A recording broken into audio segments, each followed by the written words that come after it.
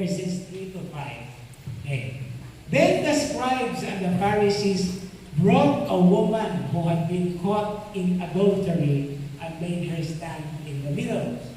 They said to him, "Teacher, this woman was caught in the very act of committing adultery.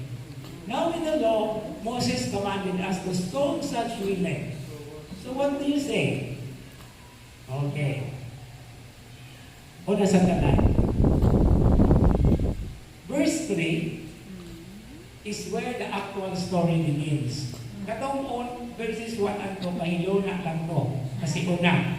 But the real story begins and the narrative brings in the scribes and the Pharisees, which is, again, another common expression in the synoptics, but not in John's Gospel. For it is here only. For in the Gospel of John, he only uses the word Pharisee or the name Pharisee. Di niya sa bulan ng scribe. So, mogya po niya ang rason nga nung lahi yun din tayo na istorya nga nung naabot niya sa Ebanghelyo ni San Juan. Kaya bisan gani ang expression, scribes and the Pharisees, na hindi tayo kumon, wala tayo gamita sa Ebanghelyo ni San Juan, na amang dinili ang istoryahan. But the main thing here is the issue. Caught in adultery. And this is an issue regarding the law. Together with verse 4, the exact expression is, caught in the very act of adultery, presents some kind of a serious question or questions. Anong seryoso man? Okay. Would you like to know? Yes. Baka akong isulat niya. Okay. If you say, caught in the very act of adultery, kung sa may magpasagot na,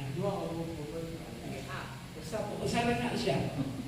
Diin man ang lalaki. O niya, caught in the very act of adultery, kama dito mo. Dito di ay mo, nangyayari di ay mo. So, ano niingon mo kung in the very act? Nag-atang di ay mo dito. Diba? You get now the feeling na medyo there is something slimy there, no? Okay? Caught in the very act of adultery. Ano naman dito mo? Okay. But anyway, adultery is an issue. It is one of the 3 serious sins. Okay?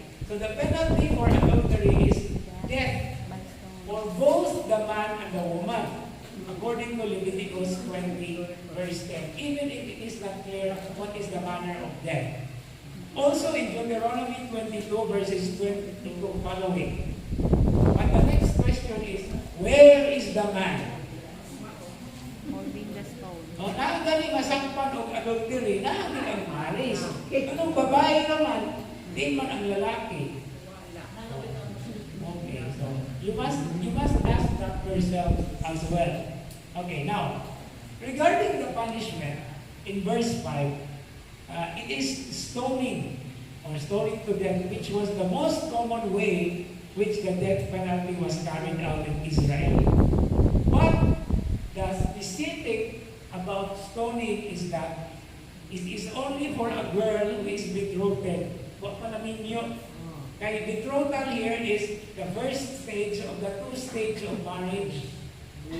Betrothed na ikaw sinayuran kaminyo na wala pa mo nagkuhamit.